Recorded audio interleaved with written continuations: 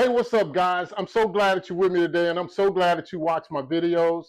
Here at Spheric Reptiles, we really try to do a great job in educating not just people that know everything, because there's a lot of people that know a lot of information, but for the people that just say, hey, I want a snake, what do I do? I'm having these issues, or I just want to know more information. So that's why we have our channel. We could do other things like, we could do other things. But this is what I really enjoy doing. I mean, this is my true passion. So what we'll be discussing today is how genetics for ball pythons is made simple. It's just very simple. So I'm going to run some charts, and there'll probably be like 5 charts. I'm going to try to knock this whole thing out. Guys, this is an acid orange dream. And you can see on the dorsal pattern how it's all scattered. It looks like someone dripped acid on it.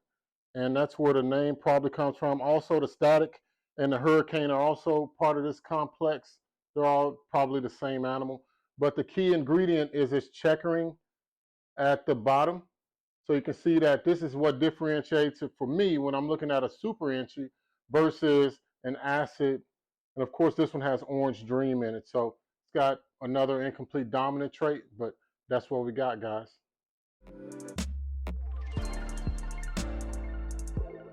So the first thing we're going to discuss is a simple incomplete dominant. So you have big A, little a, big A, little a.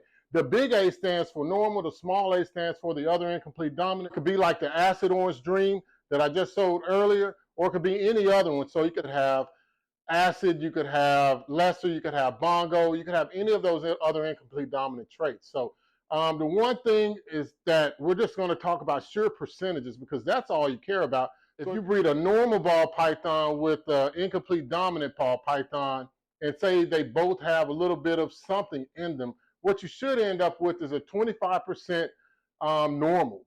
So you got a 25%. All of these percentages are like the flip of a coin. So per egg, you'll have a 25% chance of getting a normal ball python, which is great in itself. Now, the 50% will come in the one form. So you're going to have some whatever incomplete dominance that you have. And remember, they don't mix. They just kind of layer. So you'll have one and another mix. So that's one of the key things that you got to remember, guys. And the last one is that you'll end up with a super form. Like in some capacity, if both parents have like fire, then you'll end up with an ivory. So that's just that one chance. But otherwise, it really will come out to 50-50. You'd end up with 50% fire in that case and 50% normal.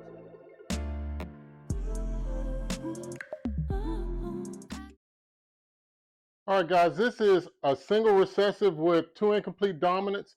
Canova or Justin Kabelka came up with this, and this is the Batman clown. It has a leopard, spot nose, and a clown. So this is a great snake. This will be one of our breeders. And one of the ways you can tell it is if you look at the side of it. Let me see if I can turn them to the side. So if you look at the side, you can see the leopard pattern, and it's broken up really good by the spot nose. The spot nose breaks up those alien heads so that they're more dispersed, whereas a normal leopard's going to have tighter spots. And of course, you see the dorsal pattern in the back that runs all the way down it. And if I can get a head shot in here, you can see how the clown head on the Batman looks. We can see that the Batman that we just showed is full of stuff. So what we'll discuss is the recessive traits. So if you have a visual male or a visual female, which is characterized by small a, and then you pair that with a heterozygous, so something that's got half, it's basically a half breed of snakes. So it's half of a normal and half of a clown. What you should end up with in that situation is a 50-50 flip of the coin per egg to get what you want. So 50% will be the visual recessive and 50% will just be the het. But in this case, they're all 100%.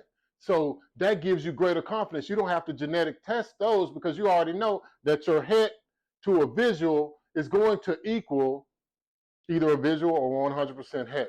So I hope that helps, guys. If you have any questions, I know I'm going fast, but now the next one that you could do is a het to a het. So, when you breed a het to a het, say you have a het clown and you breed it to a het clown. I like that because everybody knows what a clown is. So what you should get is 25%. So you flip the coin and there's a 25% chance that you will get a clown. Now, what happens with the rest of them? Now, let me tell you. I can tell you what happens. So you end up with basically 3 different kinds. So you break that Punnett square up, and now you got 1, 2, 3. So you got a 66% chance when it's not a visual for it to be a het. Now, those hets will be 100%, but that other 33%, now that's going to be a normal. So how can you tell that?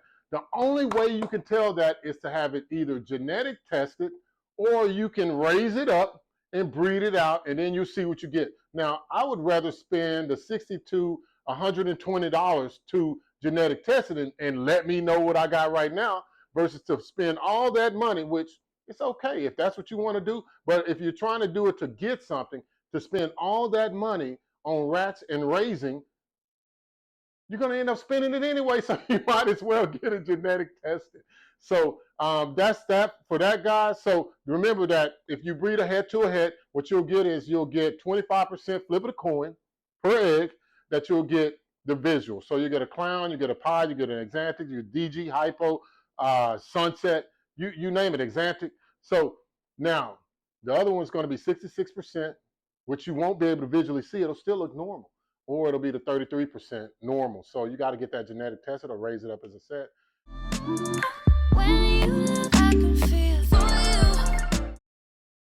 All right, guys, so I know that you love seeing snakes, and I love showing snakes, but this is from the outset. So this is why we need genetic testing. So if we look here, this is a normal ball python. Of course, it has some different things, but if you just saw it at a store, it'd be a normal ball python. With genetic testing, we were able to prove this girl to be not just a normal, but she's double het 100% for clown and pied.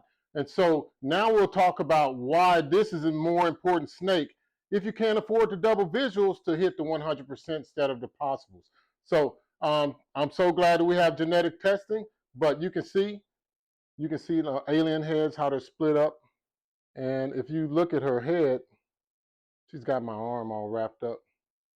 So if we look at her head right there, you see those are normal ball python markings.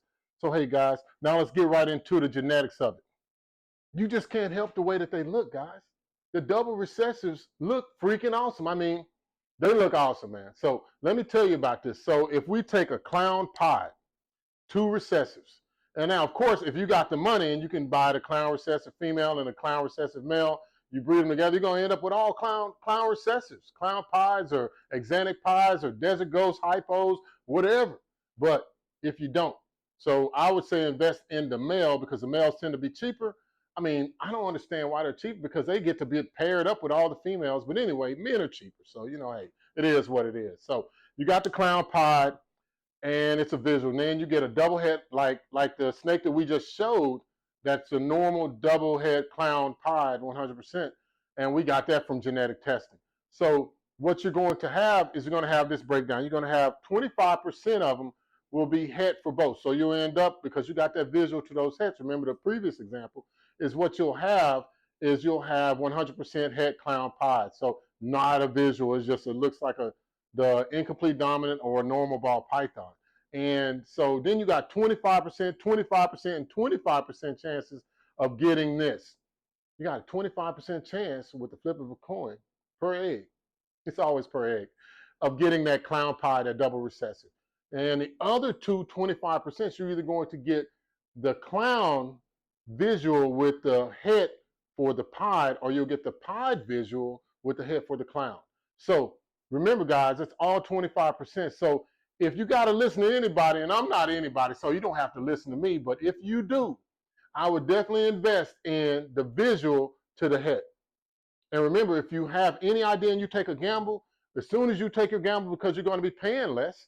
So if you're going to pay less, then what you do is you just go ahead and get in touch with RGI. So we use Rare Genetics Incorporated through Clutch. And I mean, you can go through Morph Market as well for the same service. And you can get your ball python genetic tested, and you'll know for sure what it is instead of guessing. So hey guys, I hope that you enjoyed this. And if you did, please smash that like button and the subscription button. And I just really thank you for watching. And if nothing else, guys, I hope that you have a great day with your reptiles, and I hope you just have a great day. All right, bye-bye.